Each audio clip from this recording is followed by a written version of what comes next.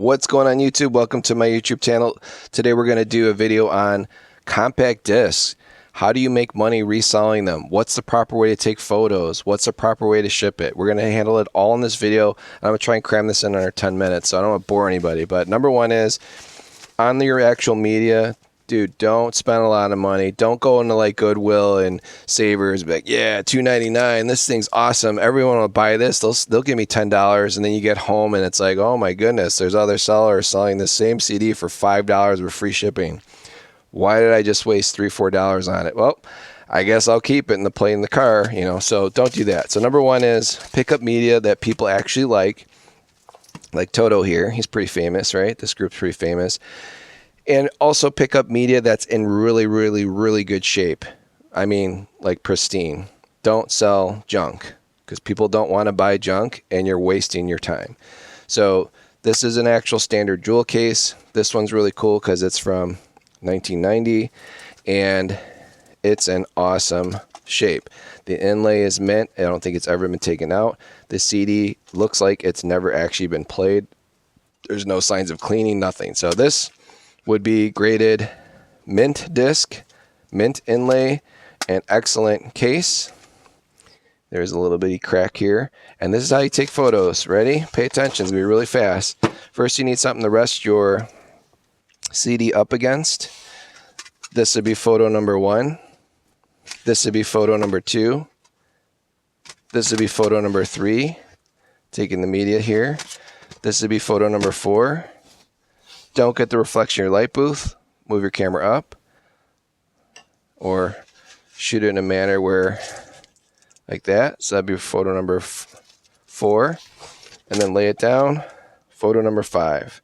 Don't take a picture of the top of your light booth. Don't take a picture of your face. Take a picture like that. You want to show off that beautiful disc. That's it. 5 photos. If there's little defects like that, maybe that'll be your 6th photo. But honestly, 5 photos usually gets the job done. You're probably doing 5 times more than most of the other sellers. Most sellers are like this. Here's my CD for sale. Or here's my CD for sale. Like all the way in the distance. Take 5 photos. It literally takes 10 seconds. Okay. The second part of the video is very important, is you want to put the artist, the name of the album, or the name of the album by the artist, who the producer is, or the record label, Columbia. You can sometimes put this number here. If it's near mint, you put NM. If it's mint, you put mint. If it's excellent, you put excellent. And then obviously put the year. This one's 1990. So why is that important? Well, someone might have bought this disc or another record label might have picked up the disc and they re-released it in 2018.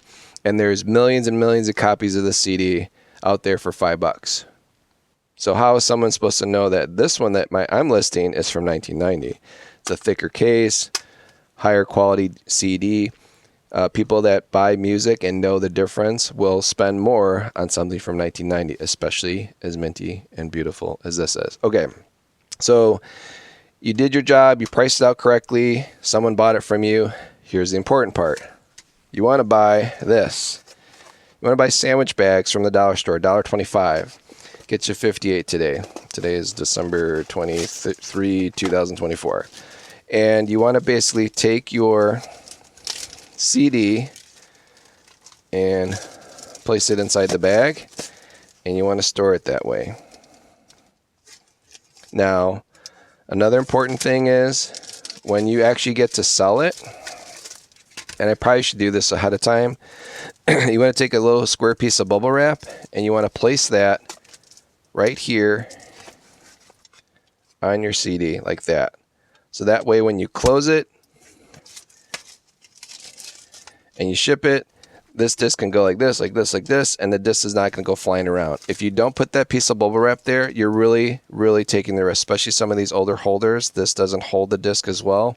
The CD can pop out during shipping and go like that and start scraping everywhere. And then your buyer opens it up, the CD's loose inside, and he looks in the back, or he or she looks in the back, and there's scrapes and scratches everywhere. I've seen this happen on sealed media where you go like this, the whole thing's sealed, it's never been opened, it's never been touched by human hands, and you go like this and you hear the disc rattling around inside. So very important, put a little piece of bubble wrap. If you don't have bubble wrap, grab some old packaging. I'm sure you have bubble wrap laying around. Just don't throw it in the garbage. All right, so you go like this, like this. You take your media, you seal it inside the bag.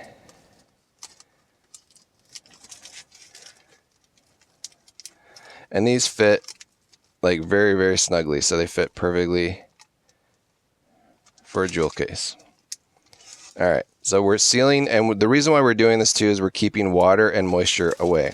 And that's how I'll store this too. So here, check this out. So I have all my media that I've already listed for sale, and I've got them all inside here. They're all pointing in the same direction, and that's the way to store it. You don't want to just store them, and I'll show you that in the light booth. You don't want to just store them plastic to plastic, because then they're going to scrape and get all worn out. So I see a lot of sellers, they'll be like, yeah, I just sold a CD, and then I'll look at their videos, and then like they got all their CDs like stored like this, like in a box, and then they're like pulling it out, and they don't realize every time they're pulling it out, they're creating wear marks or scrapes or scratches. It's like, why do that? Dude, you've already taken the time to take nice photos. You've taken the time to list on eBay. You want to get your money. Just bag it. Bag it. That way when it sells, you just grab the bag and then you box it. Now here's the important part too. A lot of people think, oh, I'll just take some bubble wrap. I'll just take my CD. I won't even wrap it in a sandwich bag. I won't even put the little bubble wrap inside so this disc doesn't fly around. And I'm just going to throw this in here, just in a bubble mailer, just like that. Seal it up. Everything's cool, right? Like, I've done my job. I put my label on there. I took my photos, just throw it in a bubble mailer, and you mail it. Well, guess what happens when you just send it in a regular bubble mailer? A big old box will come on it, crush it, hit right in the corner, and then you'll get your buyer open it up and be like, dude, there's a big giant crack here. There was no crack when you sent the photos. Well, guess what? It got damaged during shipping because you thought bubble wrap's cool enough. It's not. It's not. So again, we're selling good media. We're selling nice media. We want to keep it nice. So if you don't have specialized boxes for CD jewel cases, you want to have a nice 9x6, so 9 inches by 6 inches thick envelope. Not that cheap stuff. This one's very heavy duty. eBay actually sells this. And you can take your media and you can ship it. I always ship this part down first. And you shove it all the way inside, all the way down, so it's like farther down in there. And then you take this and you can fold over your 9x6. So that's protecting it on all the corners, and you've got it sealed. You got to you're making sure the disc isn't flopping around, and then you can then take your bubble wrap after you've sealed this up and take your bubble wrap or your bubble mailer and you stick this inside a bubble mailer. Okay. Now, if you want to actually buy a dedicated box just to ship out CDs, they do sell them. They're very specific. They fit these perfectly. So, and you don't want to get the expensive heavy cardboard ones because those cost more and it'll cost you more to ship it. So you want to keep this thing under 12 ounces. So here's the actual specialized box. It's like a 6x5. You have to build the box yourself. Like Build-A-Bear, right? But we're building a box. So we would build this box. We would take our media.